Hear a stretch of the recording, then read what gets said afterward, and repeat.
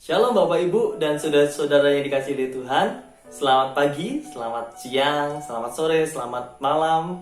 Kapanpun Bapak Ibu dan saudara-saudara yang terkasih boleh melihat video renungan di hari ini. Nah, saat ini tema renungan kita berjudul Peka dan Bertindak.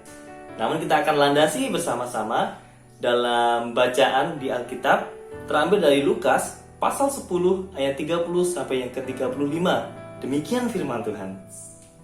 Jawab Yesus, adalah seorang yang turun dari Yerusalem ke Yeriko. Ia jatuh ke tangan penyamun-penyamun yang bukan saja merampoknya habis-habisan, tetapi yang juga memukulnya, dan sesudah itu pergi meninggalkannya setengah mati. Kebetulan ada seorang imam turun melalui jalan itu. Ia melihat orang itu, tetapi ia melewatinya dari seberang jalan. Demikian juga seorang Lewi datang ke tempat itu. Ketika ia melihat orang itu, ia melewatinya dari seberang jalan. Lalu datang seorang Samaria yang sedang dalam perjalanan ke tempat itu. Dan ketika ia melihat orang itu, tergeraklah hatinya oleh belas kasihan. Ia pergi kepadanya lalu membalut luka-lukanya. Sesudah ia menyiramnya dengan minyak dan anggur, kemudian ia menaikkan orang itu ke atas keledai tunggangannya sendiri, lalu membawanya ke tempat penginapan dan merawatnya. Keesokan harinya ia menyerahkan 2 dinar kepada pemilik penginapan itu. Katanya, rawatlah dia, dan jika kau belanjakan lebih dari ini, aku akan menggantinya waktu aku kembali. Berbahagia setiap orang yang mendengarkan firman Tuhan dan melaksanakan di dalam kehidupan sehari-hari. Amin. Nah, Bapak Ibu dan Saudara yang dikasihi oleh Tuhan, tema kita tadi seperti yang sudah saya sampaikan adalah peka dan bertindak. Nah, cerita ini adalah cerita orang Samaria yang baik hati. Pada waktu itu Tuhan Yesus dicobai ya oleh orang-orang Yahudi tentang siapakah sesamamu manusia itu. Nah, Tuhan Yesus memberikan sebuah ilustrasi atau sebuah contoh atau perumpamaan dari cerita ini. Nah, Bapak Ibu, kita harus pelajari ini. Siapa sih orang Samaria di mata orang-orang Yahudi? Orang-orang Samaria di mata orang-orang Yahudi adalah orang-orang golongan kedua. Kalau bisa dibilang itu adalah orang sempalan kalau bahasa Jawanya ya. Karena apa? Orang Samaria itu sebenarnya adalah orang-orang yang sama-sama percaya tentang ajaran dari Musa atau ajaran dari Musa seperti orang-orang Yahudi. Tetapi cuma cara mereka yang berbeda. Cara ibadah mereka yang berbeda. Tadi setelah saya buka di kamus, cara ibadah mereka yang berbeda, sehingga golongan orang-orang Yahudi itu tidak suka dengan orang-orang Samaria. Sehingga orang Samaria dan orang Yahudi itu memang tidak bergaul satu dengan yang lainnya. Nah, di sini menarik perumpamaan ini. Ada seorang Yahudi habis dirampok oleh para penyamun. Pada waktu itu, setelah dirampok habis-habisan, orang Yahudi ini tetap dipukuli sampai dikatakan tadi setengah mati, berarti sudah keadaannya hampir tidak sadarkan diri.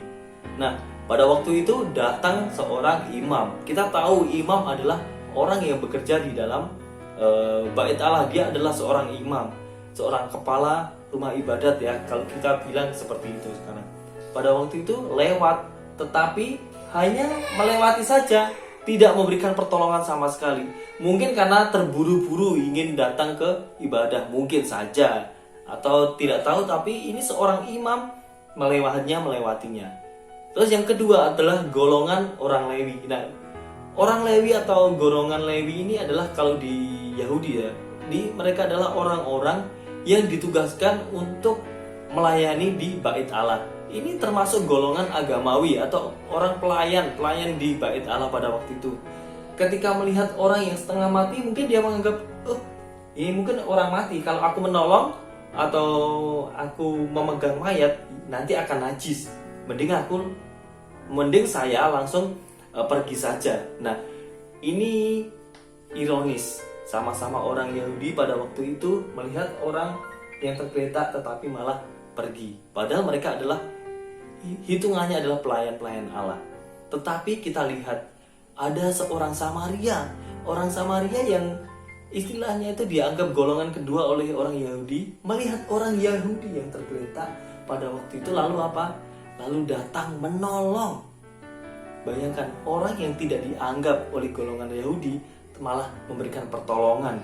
Memberikan pertolongan dengan apa? Dasarnya apa sih orang Samaria ini menolong orang Yahudi yang tidak berdaya ini? Dasarnya adalah kasih.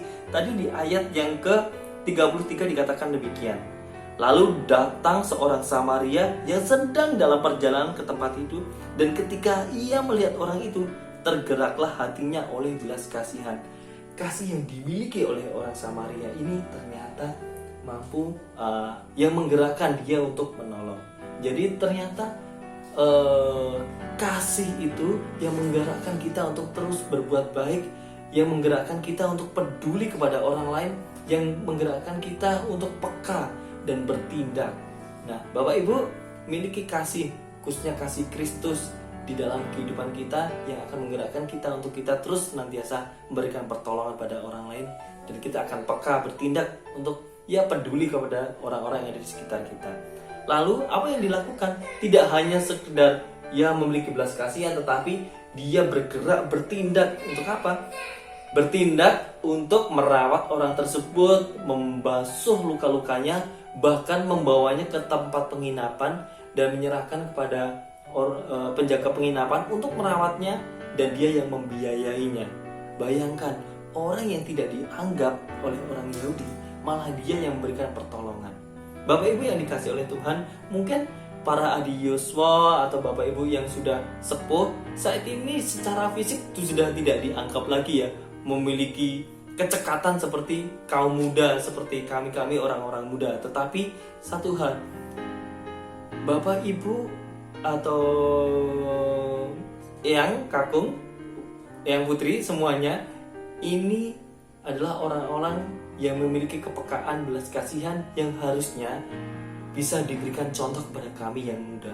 Mungkin kami orang-orang muda menyadari bahwa kami di zaman sekarang itu hidupnya sudah mulai individualistis, gitu. Mungkin setuju, sepakat sudah sikap kepeduliannya sudah mulai berkurang. Tetapi kami memang harus perlu belajar dengan Bapak Ibu dan saudara-saudara semuanya tentang kepedulian ini. Bertindak bukan secara fisik, secara cepat, gerak cepat, tetapi secara peka dalam tindakan, dalam kasih ini. Peka terhadap kesusahan orang lain yang dialami orang lain. Nah, meskipun Bapak Ibu tadi sudah tidak tidak termasuk golongan yang seperti kaum muda yang cekatan, tetapi termasuk orang-orang yang memiliki kepedulian, karena kasih itu yang menggerakkan untuk peduli kepada orang-orang yang membutuhkan. Nah, berarti tidak usia yang semakin tua tidak menghalangi kita untuk untuk tetap memberikan kepekaan atau tetap peka untuk mengasihi orang lain atau memberikan pertolongan kepada orang lain atau kepedulian kepada orang lain. Itu bukan menjadi halangan kita, tetapi seperti orang Samaria yang tidak dianggap oleh golongan Yahudi, tapi dia tetap setia melayani, tetap mau peduli terhadap orang lain. Seperti Bapak Ibu yang sudah sepuh, meskipun tanda kutip tidak dianggap sebagai orang yang cekatan, tetapi masih bisa untuk memberikan kepedulian bagi orang-orang yang membutuhkan pertolongan. Begitu firman Tuhan atau renungan kita pada pagi hari ini. Tetap semangat, tetap berkarya, dan biarlah Tuhan yang akan memberikan perlindungan dan penyertaan bagi kita semua. Tuhan Yesus memberkati.